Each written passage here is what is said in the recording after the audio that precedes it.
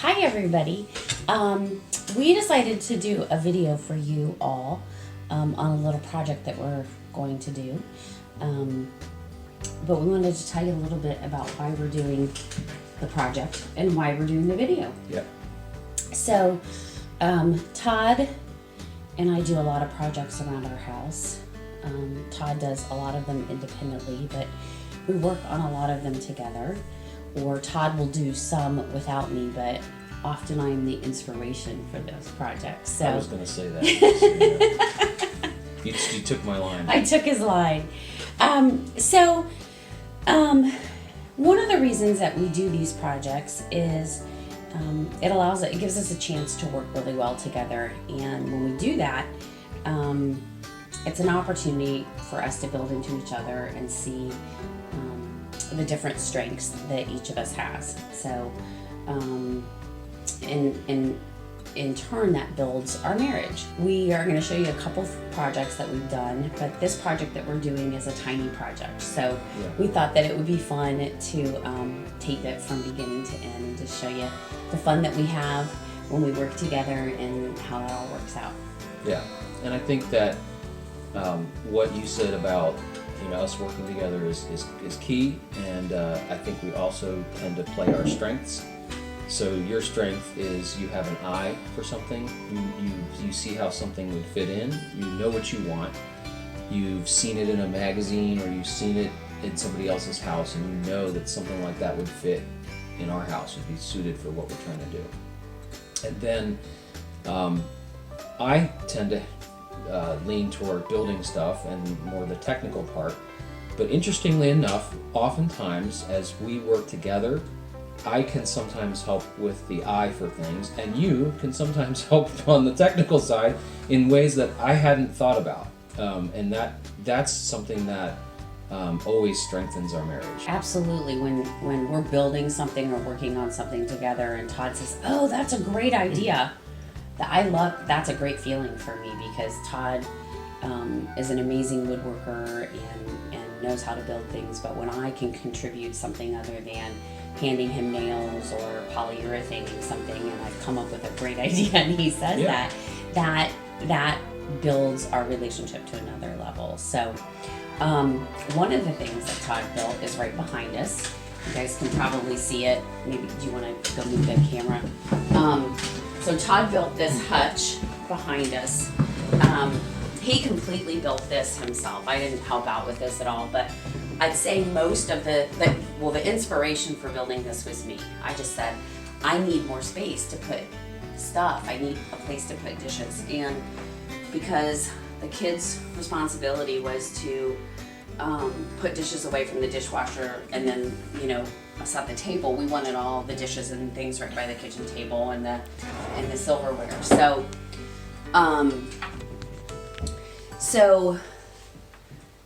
Certainly I had seen some things that I liked, and we talked about it, but I knew that I wanted places for big, huge dishes like platters and big casserole dishes. And I definitely wanted places for wine bottles and wine glasses. And, he put together a design and we tweaked it a little bit. And he built the whole thing in 2 pieces and assembled it. And I love it. It's one of my favorite pieces in the house. And it felt like a huge gift of love. So I love that. And then he built this kitchen table for us recently, just because we needed one. And it's a great little piece. It's a tiny little table because there's only 3 of us here anymore, and pretty soon, in a couple years, it'll only be 2 of us. So the ends flop down, and flop is probably not the right word.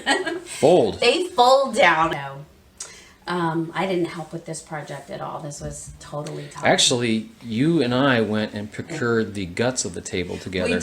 We did. It's actually we actually bought this table as part of this set with these chairs, but the table was really cheesy looking and horrible, and so I just took the top and the legs off of it and used the frame and all the hardware to make a new table with walnut that matched the hutch. So our kitchen is walnut, and this was kind of the last of the walnut that I had in this big batch of walnut that we cut down. This was probably one of the biggest things, or first things that we did around this house was we ripped up the carpet that was in here and we laid hardwood flooring together.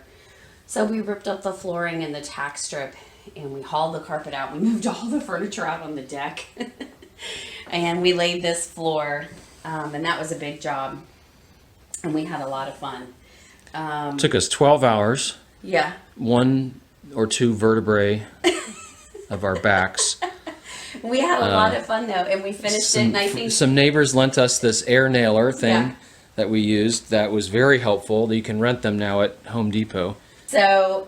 So those are just a couple projects, and it's. I find it interesting that while Todd and I might argue over, who left a tomato sliced up on the counter, and the ants will get at that, or we might argue about who said what unkindly. We never argue when we embark on a project together. That brings out the best of us always, and so it's something that we really, really enjoy. So you're going to get to see us working cooperatively on a small project, something that was born out of a little bit of need. This is really a fun project for me, but it required cutting something, and so Todd is the cutter of wood because I don't like to use the machines out there. So we hope you enjoy our video, and we'll see you in just a little bit. You're the one who left the tomato on the counter, just so you know. Love you. So today we're going to be doing, because we're home alone and we have nothing else to do, we're going to be doing a little project here that was inspired by Holly to be able to hang up her jewelry. Yes. And so, obviously you have a jewelry box, but this is a different kind of thing for hanging jewelry, right? Yes, so just hold on a sec. I'll just wait here. You wait there. Okay. So currently, this is how all my earrings are being stored. So it's a little bit of a mess. Yep. So everything's in a big pile. Right. So we're gonna create a hanging system for all of my dangly earrings, and which are all stuck together. There's 3 of them in a row. So when you're in a hurry in the morning and you're trying to get ready, this is going to save you at least 10 or 15 seconds every day. Sure. And if that you compound that over the years and the millennia. Yes.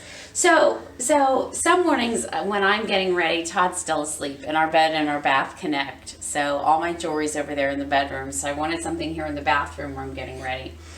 So I saw a couple ideas on Pinterest, and we just modified those. So Todd's going to cut some wood later and some metal rods, but we're going to utilize this space here to put some wood with rods and then cup hooks.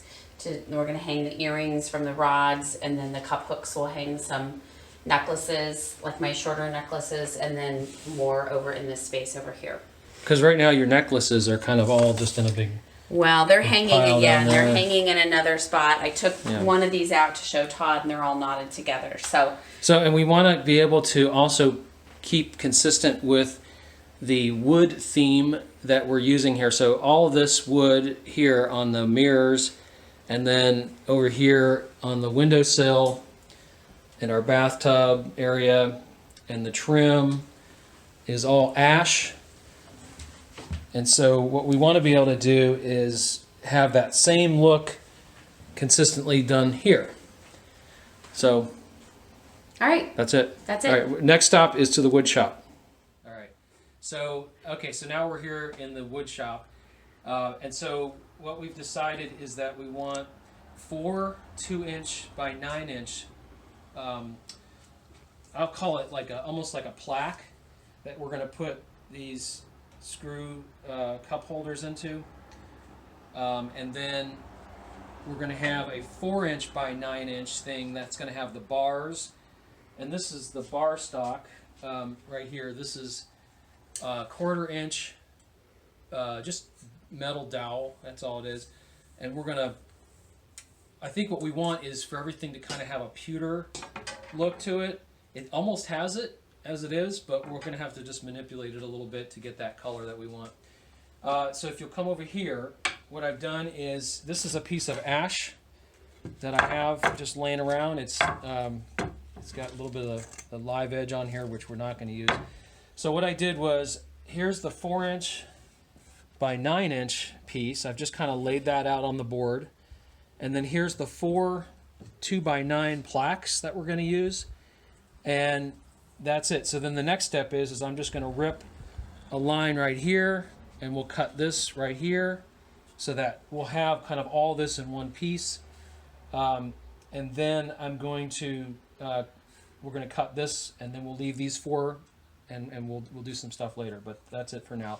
So the next stop is right here to the saw. We're going to go to the bandsaw, and we're going to cut that, we're going to rip that one piece off. Okay, so we're here at the saw. This is called a bandsaw. You can use a table saw if you have one at home. If you have a friend who has a table saw, you can use that as well. Because all we're doing is we're just going to rip a straight cut. I suppose if you have a hand saw, you could try it, but that would be really, really tricky. All right. And for those of us that don't have a lot of woodworking experience, ripping just means cutting a straight line, right? Very good, yes. That's keeping it real. All right. Okay, 4 inches. And what I do is, this is the straight edge of the board. I don't want to run this edge of the board along the fence because it's all jaggedy. So I'll put that up against the fence. Make sure the saw is tensioned.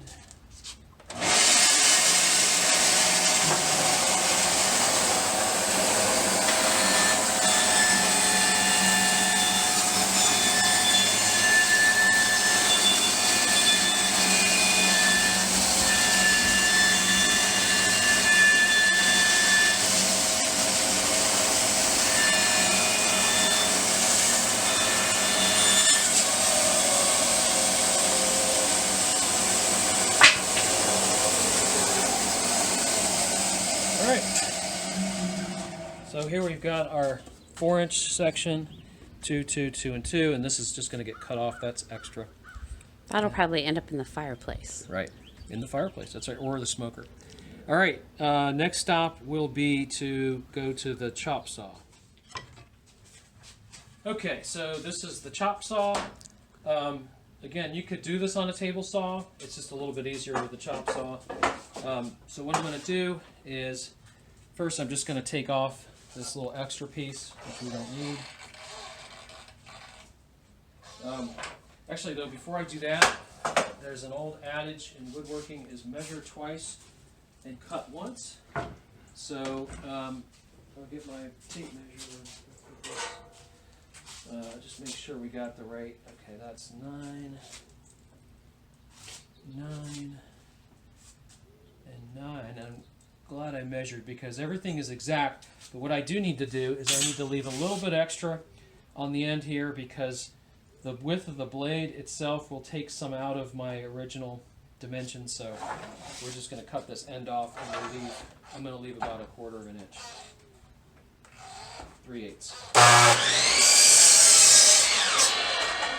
All right, that goes into the smoker. Next thing is we're going to cut this 4-inch section off. I'm going to leave these 4 together, and you'll see why in a little bit. But cut this guy.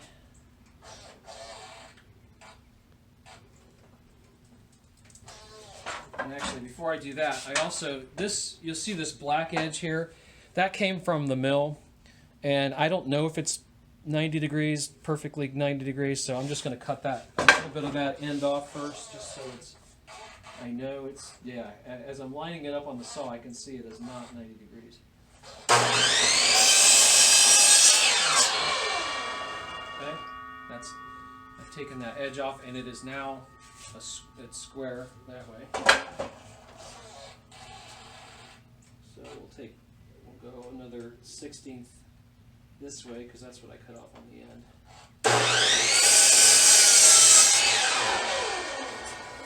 All right, there's our first little plaque. This is what's going to go Between the mirrors. yeah, and the bar. I think the bars. The bars are going to go in here.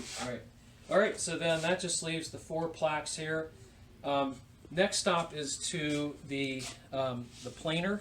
We're going to plane this down to a nice smooth surface. I don't know if you can see, but there's little lines on there. I think that's good. Yeah, and that's what has come from the mill. The saw at the mill has left those lines.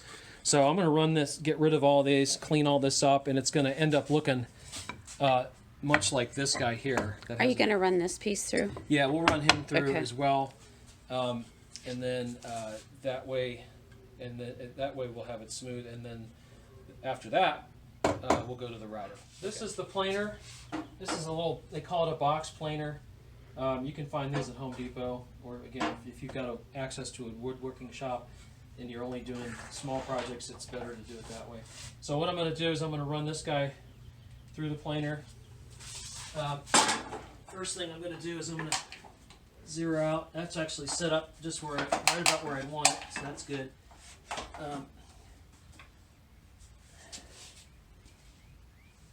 Tighten that.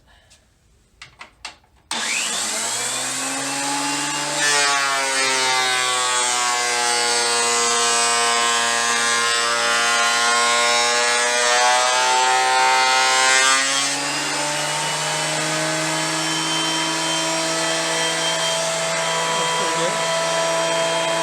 Got some stuff to show you.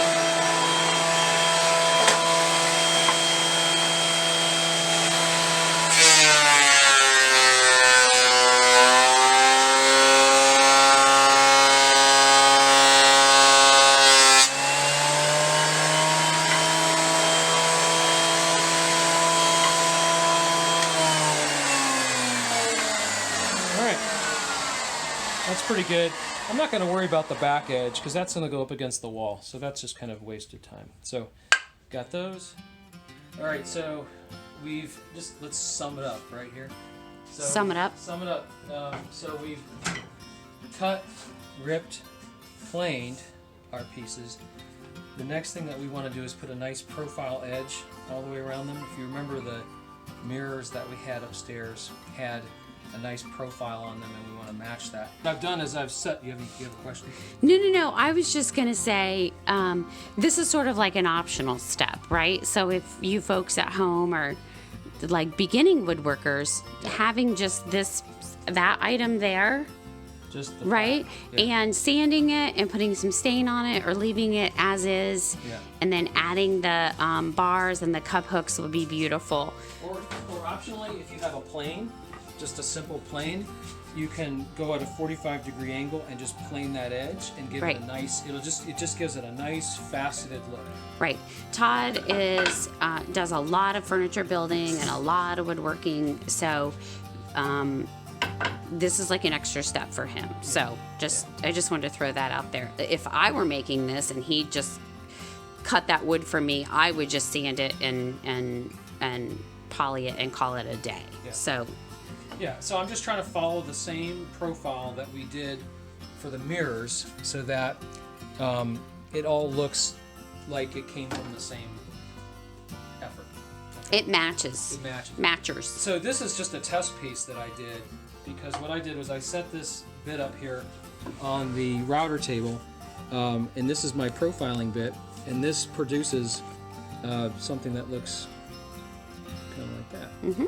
And so it's all set up, but what I like to do is I do like to test it, and that's what I've done with this piece of scrap. So I think we're good. We got more for the smoker. Now we're ready to do our real piece that'll count. Now the one thing, if you ever use a router table, one thing you don't want to do first is you don't want to do the long edges first and then try to do the ends. You always want to try to do the ends first, because when I do this end, it's going to blow this edge out, and then I can come back around and just get that edge with it. So I always do the ends first. I'm gonna guess that comes from experience. Don't ask me how I know that. Yeah. Ask me how I know that. Okay, so, and I like to, when I do the ends, it gets a little wobbly, so I like to put a piece like this on here, and that tells me that we gives me a much stronger footing. All right, so I think we're ready for this.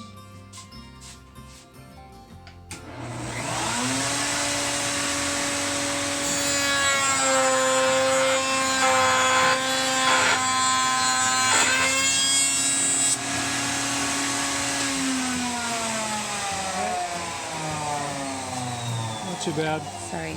There we go. Got a little shaky, but it'll be fine. All right, so we can sand the rest of that off. So I'm going to do the other end. All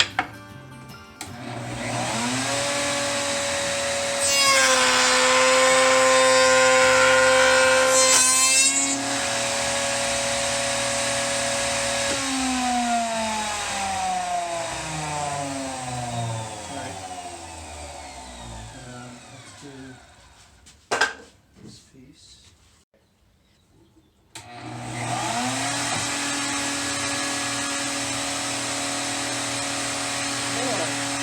Come around. On this side.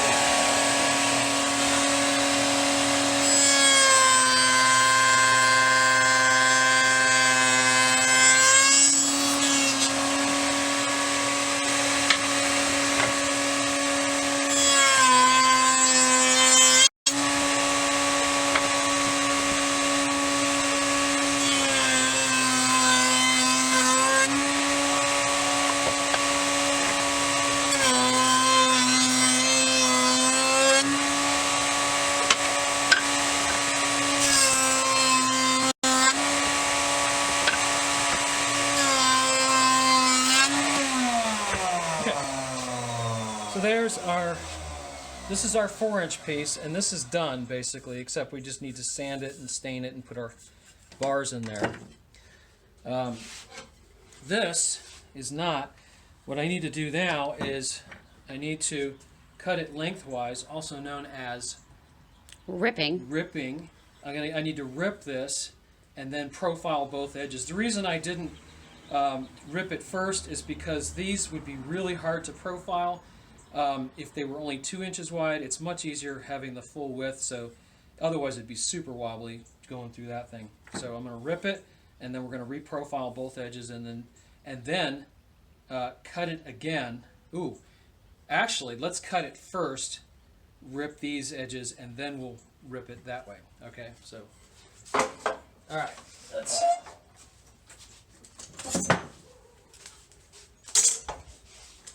Okay, so our total, I love this measuring thing here. It's exactly 18. I think that's mine. No, it's mine. I accidentally cut it with the saw. See the edge here? All right.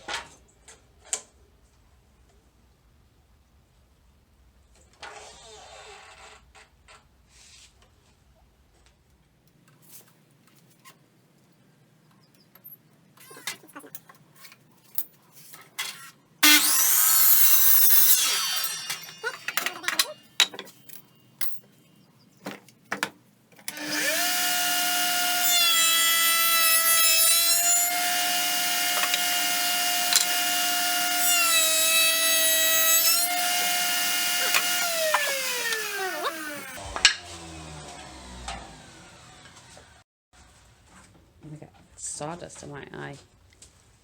Isn't that a song? I don't think so. Oh, no, that's smoke.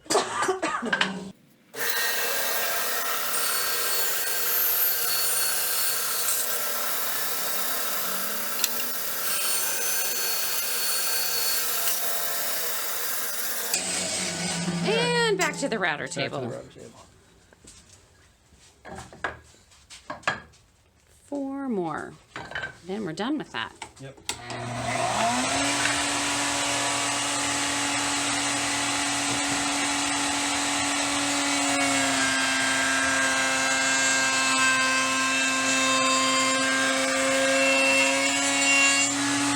Stop.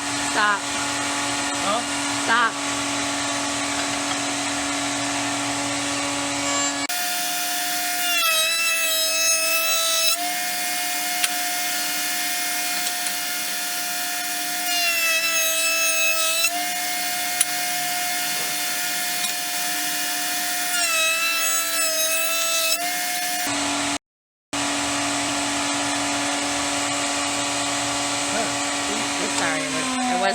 take, sorry.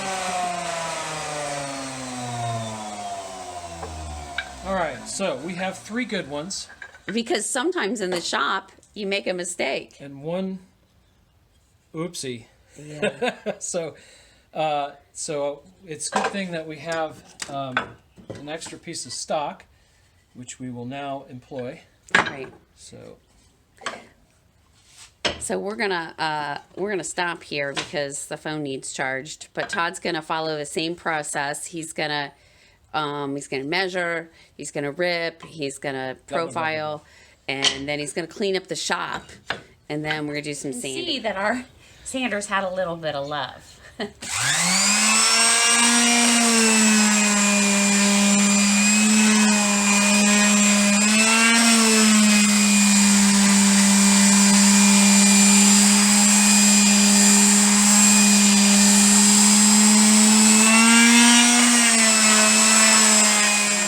Sand it in the direction, the same direction as the grain of the wood. Otherwise, you'll get little marks. So you just want to always sand in the same direction of the wood. So I'm going to do that again with this fine sandpaper. I'm probably not going to go around the edges. I'm just going to do the tops of them. And then I'm going to take this piece of sandpaper off of here, and I'm going to go around where the bevels are. If I go around the bevels with the sander, it'll take off this really nice edge that Todd put on. So we'll just hand sand that section.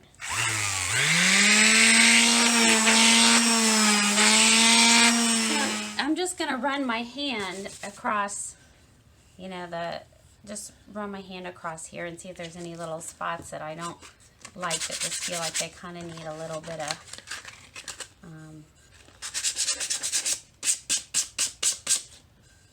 TLC. yeah.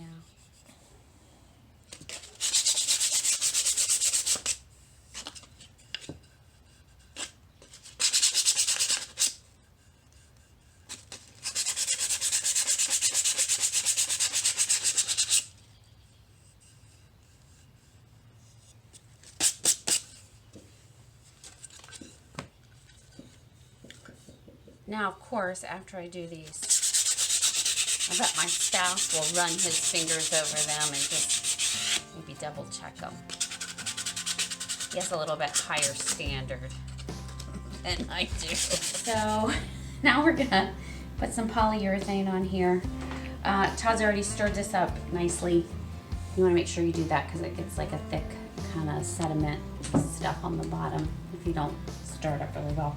We like Minwax. This is a fast drying water-based polyurethane. Plus, we get $1,000 every time we mention their name. Oh, I'm saying it's water-based, but I don't think it is. It's not water-based, so that's an oil. So water-based sucks. Don't use water-based. Okay, there we go. So this has to be cleaned up with paint thinner, or turpentine, or whatever you call it. So again, we're going to follow the grain of the wood, work top to bottom, nice long strokes. So I'm going to do the top. And I'm going to, rather than doing the tops of everything, so I'm going to do the top of this one, then I'm going to come and do the sides. So you'll notice that I had Todd put these on like little rails. And so that I can get down here and do everything without it sticking to whatever your mat is on the bottom. So I'm going to get all the sides. And it's pretty easy to see if you have missed something. So we're not going to have a lot of drippage on this, but I will come back, final stroke across the top when I finish it. Then I'll go do the next one.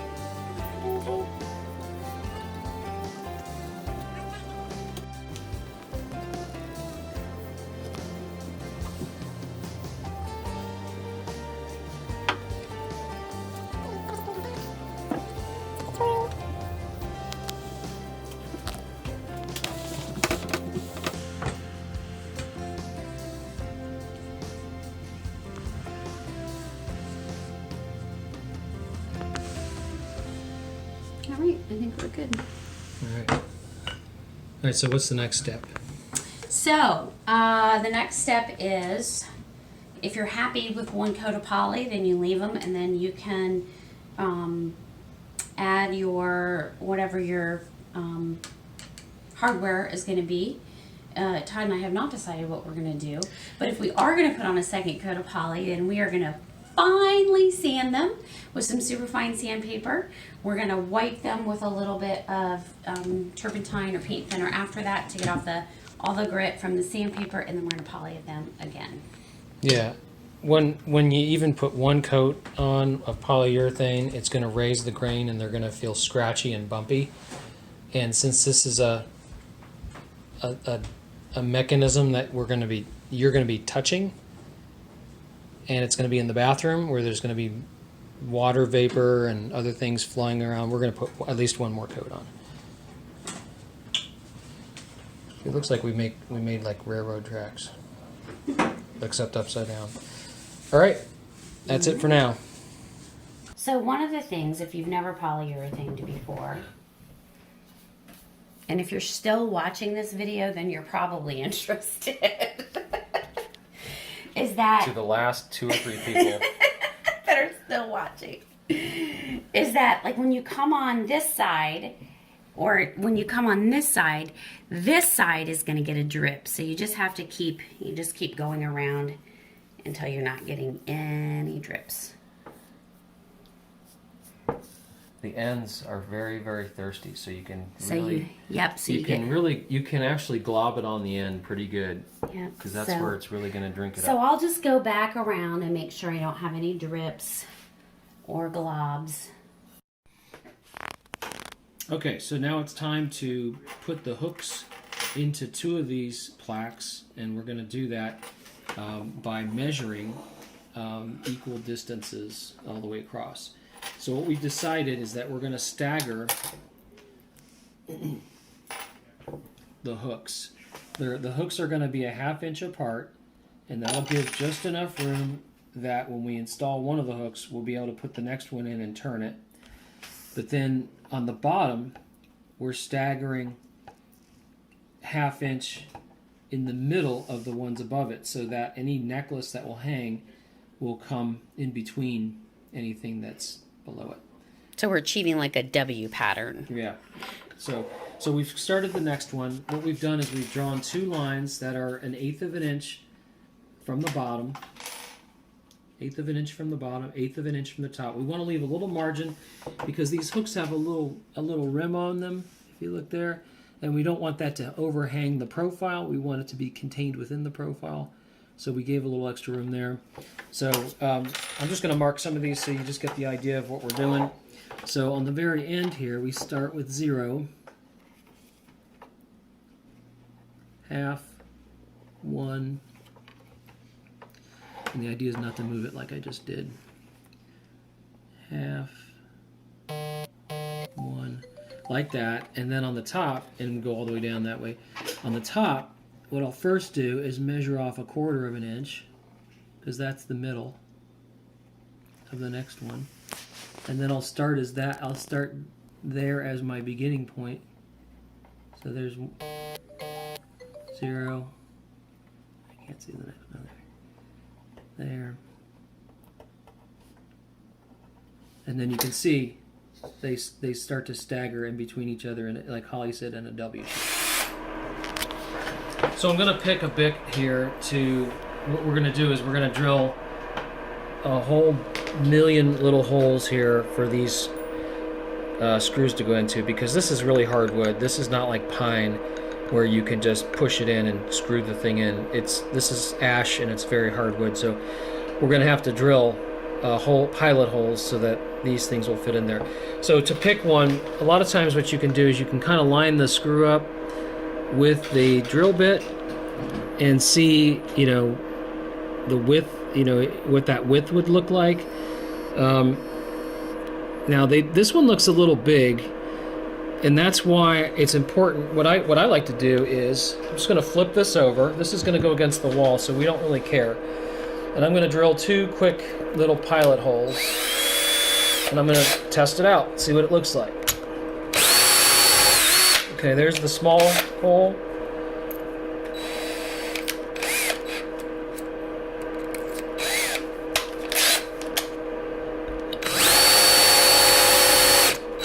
There's the big hole. Obviously, I don't want to go through because then it's going to show on this side. Obviously. Obviously.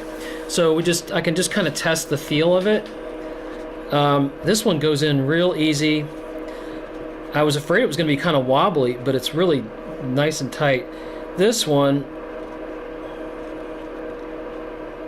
is pretty tight, and it's going to be hard to screw these in.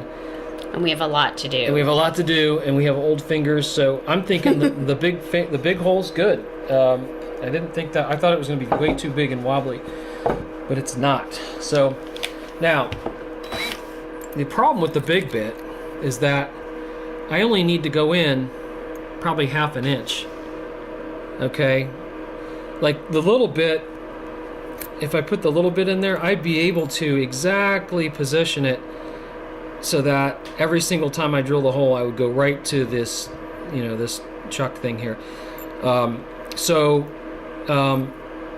What some people do is they put a little piece of tape where they want for the depth. It's like a little depth stop. Okay, so what I'll do is I'll just line this up, get my depth. I'll go right to about there. Now this is transparent tape. Ideally the best tape is like that blue stuff that you use when you paint, but this will be visible, and I'll leave it kind of flappy like that so that you'll see it flapping around. That's a technical term, flappy. Flappy. All right, so now we just line up with our marks.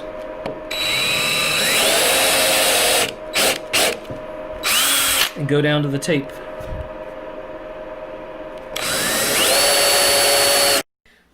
So I finished putting in all of the hooks. I don't know that this was originally the design that we had planned or that I had planned, and so we ran out of hooks to do both of them. So I think we might just go with this one, and this might be the only one that we do. I think it will accommodate all the necklaces that I have. So once we install that upstairs, we'll show a picture of that. And then this is one of the earring bars. So we'll have another small one like this. And then we'll have the same model on a double on the big one. So, sorry, please don't put my face on there. So they'll just hang on there like that. And I'll be able to hang them in sets. All right? Okay. That's it. And then... So then what we've done is we've started the next bar, and we'll kind of zoom in on this just to show you. So we've marked the end, and we've marked that end, and we're going to drill holes there for these little eye hooks. Oh, they're all gone. They must be. They're all outside. They're like screw eyes. But they have, screw eyes. But they have to be expanded just a little bit to let that bar in. So we're going to go outside and show you what we did there and how to cut the bar. So we're out in the garage, and we're going to cut the bar for the earring holder. And so that is 8 1/4 inches long. So I'm just going to measure that off here real quick. Not a great marker, but that'll work. And for the most part, I'm just going to use this rotary tool. This thing really can cut steel pretty fast.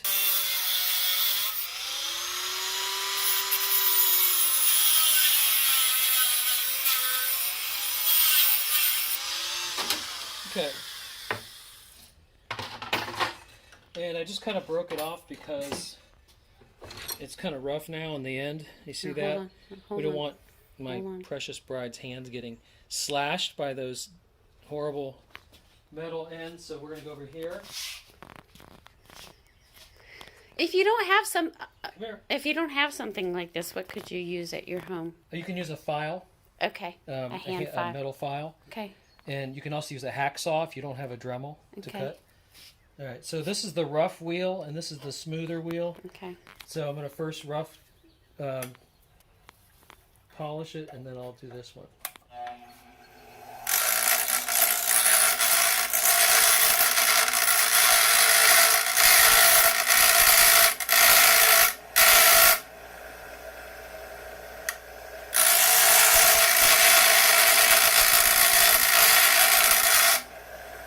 And now this metal is really, really hot, so you don't ever want to touch that.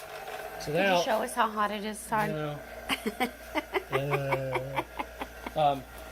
So now what I'm going to do is I kind of did it flat on, straight on. Now what I'm going to do is I'm going to go to about a 45-degree angle, and it's going to create like a little chamfer. And I'm turning it. Another word for chamfer is bevel.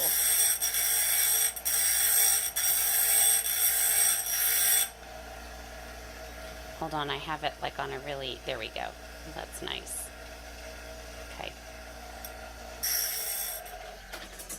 Now I have 220 grit sandpaper because it's a little dark and we want to lighten it up.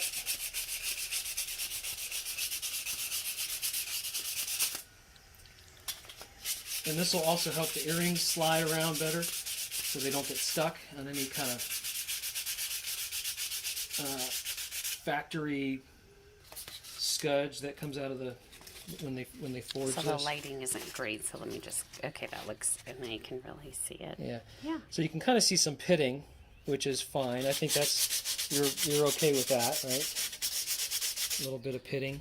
I'm nodding my head, yes, but no one can really see that. All right. So I think that's got about the color we want, and it's nice and smooth. Now we will. I'm also going to wipe this down. What's so funny? That you're holding some underwear. Yeah, well, we don't throw anything away here at the DeRosa house. So these are an old pair of underwear that somebody in the house used to wear. Those are Todd's underwear. And what I'm using is a little bit of acetone to clean it up with. It's a really great It metal. says right on there, cleans project residue. Yeah, especially like with metal. It's a great. It gets all the grease and stuff that I might have missed with sanding it.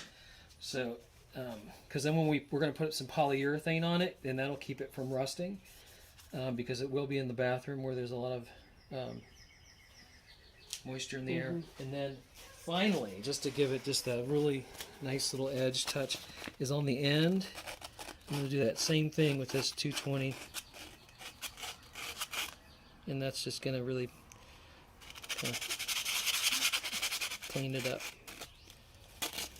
I should have done that. Just one of these screw eyes, see, they don't quite fit. So I'm just going to, if you just stop moving for a second, I'm just going to show how they don't fit in there quite. And we couldn't find a size that fit quite exactly. It wasn't like we just bought the wrong thing. We just couldn't find something that fit the rod that we already had. Yeah. So, no problem. What we'll do is we'll put it here in the vise. And I got a, this is a punch, or an ice pick, some people used to call it. So I'm just going to kind of work it in there and bring it open just a little bit.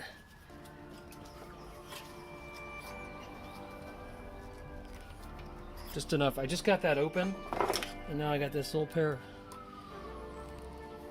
of a screwdriver here. I'm going to open it a little bit more, and then I got a bigger pair.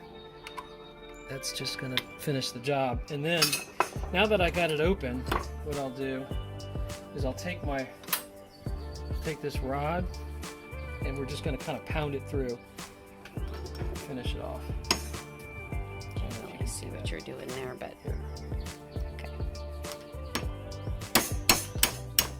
Oh, perfect. Okay, so now that's on there. Now it may not slide around real good, so I'm just going to kind of just try to get it so it fits pretty good. And then now that's kind of tight, so I want it to slide around better. So I'm going to take the screwdriver and I'm just going to open it up a little bit more, and then that one will be done. And then I got about 10 more to do. Okay, I think that's good. Okay. All right, we're going to assemble the last of these bar that we created for the earrings. So these are the screw eyes that I expanded open, just going to go ahead, I've already drilled the holes for these. I'm going to go ahead and install these.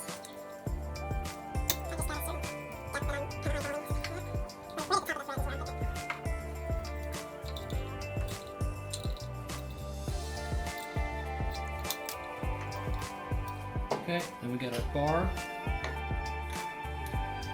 fabricated. We're just going to kind of wiggle that in on one end until it's below the eyelet, and then we're going to kind of reverse it.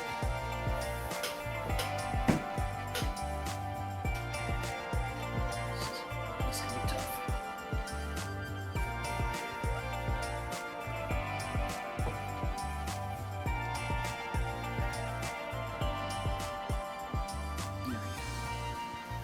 That looks pretty even on both sides.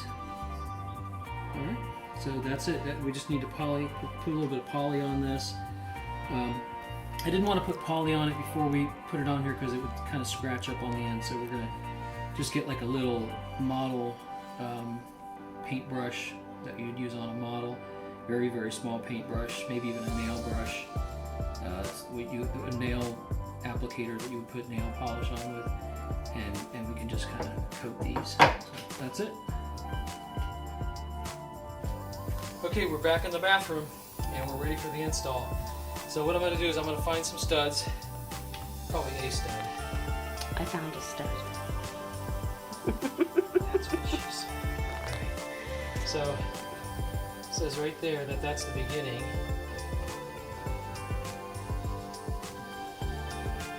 So what I like to do is start from the beginning.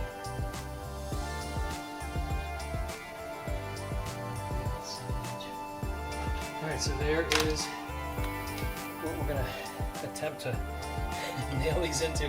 It's going to be a little bit off center, but it's not like we're going to be hanging, towels or anything on this thing. Sorry, I'm not even really taping. I was like listening to you. Okay, well, where did we cut off? No, I am taping. I just was holding the camera like down here because I was paying attention to what you were doing. All right. There. Right. Sorry, Okay. again, I'm not quite.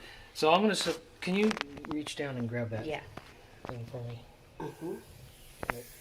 All right, so it's not going to, what I'm going to do is I'm just going to put one nail in. It's centered between the mirrors, so I'm going to put one nail where the studs are.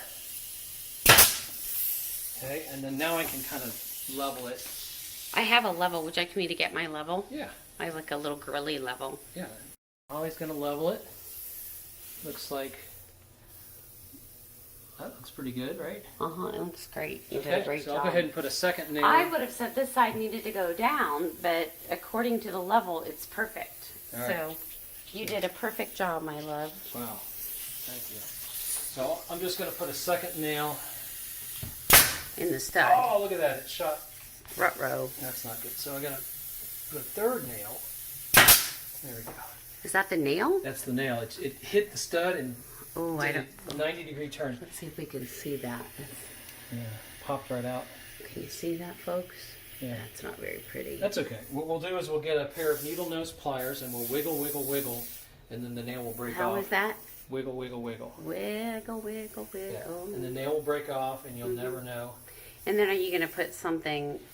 Now, if you look on the end here, that's actually really pretty good. I mean, that's on there. Yeah, so we don't really need anything Yeah, else. All right. We're back in the bathroom. These are the days of like not washing your hair or your face, and so I was really wishing Todd would not put my face on camera, but You're still beautiful. that's really sweet of you. Now, we lucked out, didn't we? Look at Yeah, this. look at that. So we wanted to kind of get a straight edge so that the next one we put on would give us an exact point of reference as to where to put it. That's perfect. And sure enough, all right, so if you want to hold that and I'll film. Yeah. Or can you film? Can you I'm going to film, and then you can, because I'm not using the nailer. So then the next one we're going to put is going to go somewhere in the middle here, right? Leaving the equal amount of space between the top and bottom. Yes. Mm-hmm. Okay. Yeah. So I'll put a nail into this one. This one's a little trickier.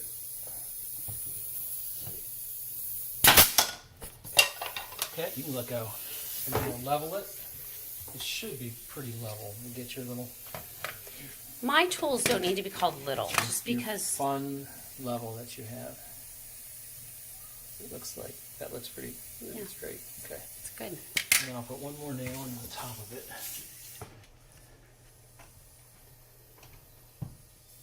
About 8 and an eighth. So 4 and 1/16 would be the center. We'll put the center of this right at that. Okay, now we'll level it.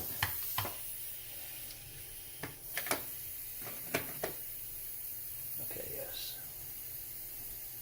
Because I only put one nail in. Do you need a little hammer?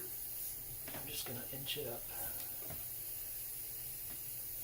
Okay, that looks pretty good. Mm-hmm. Fantastic. Great work. Done. And then we're gonna hang this. Hopefully we didn't nail this in place. This one will be a little bit easier, and we know where the stud is because there's always a stud where you have an electrical outlet.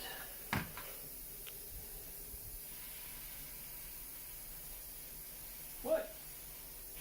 Wait a minute. That does not make any sense.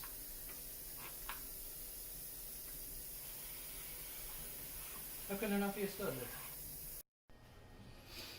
So we're back, and we ran into a problem because we can't find a stud in the wall to hang this this plaque here with all the necklace holders on it. So what we're going to do is we're going to use mollies. So a molly is something that will go into drywall and give you something that you can screw into. So we're going to have that, and then we'll use these screws here into the mollies. But first we have to drill holes through here to receive the screws. So I've measured off 2 marks here, 1.5 inches from the edge. And we can put these anywhere we want because mollies can go anywhere. That is the nice thing about mollies.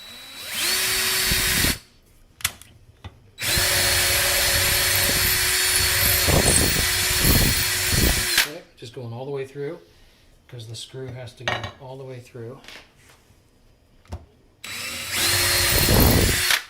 Piece of cake.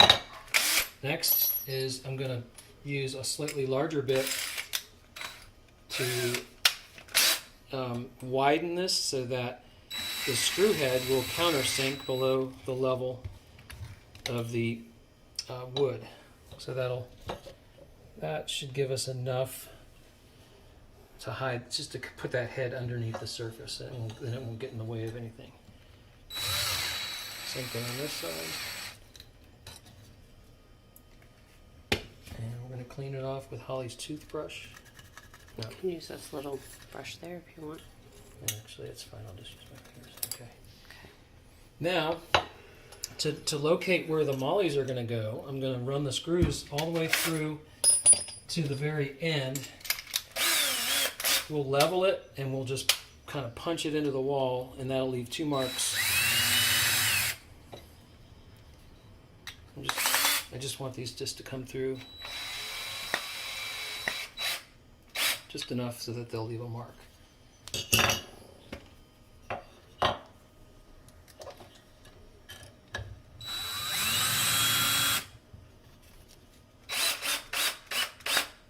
Okay, good. Now you tell me where you want it. I'll put the level on it. All right. Well, let's just do like this is kind of one of my longest necklaces. So let's put it right in the center so it'll balance better. Yeah, and that's sorry, folks. It's not. Oh. Okay. Is that the right height? A little bit higher. Yeah, that's good. That's the right height. Okay, and that's level. Mm-hmm. I'm just going to push it. Yeah. Like that. There's their 2 marks. All right, and I'll hold on to this. Okay. And now what I'll do is I'll take the molly, and I'm not really, I haven't used these a lot, so, but I think I usually use I use that thing. I use the cordless driver and screw it in, but whatever.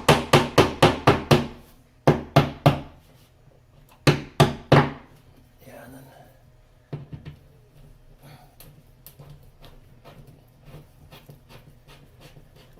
Mollies are wonderful. aren't they?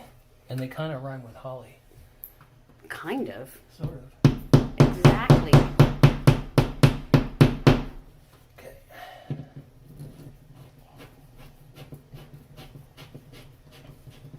Feels like I'm on it.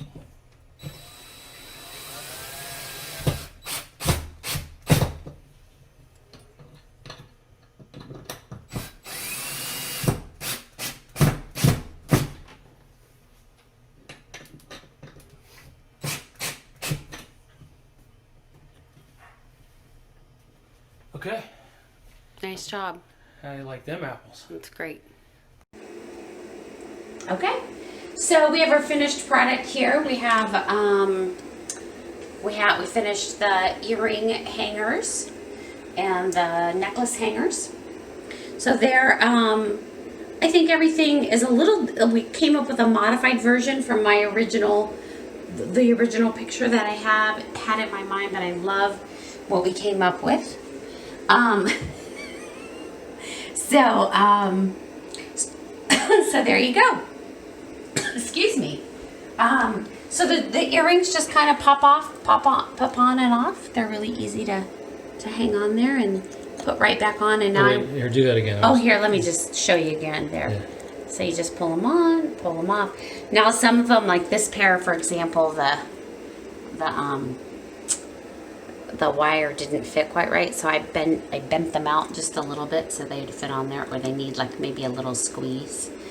But I was able to organize them all. I have all my beaded earrings and all my silver ones, and I'm really happy with the way that it turned out. So there you go.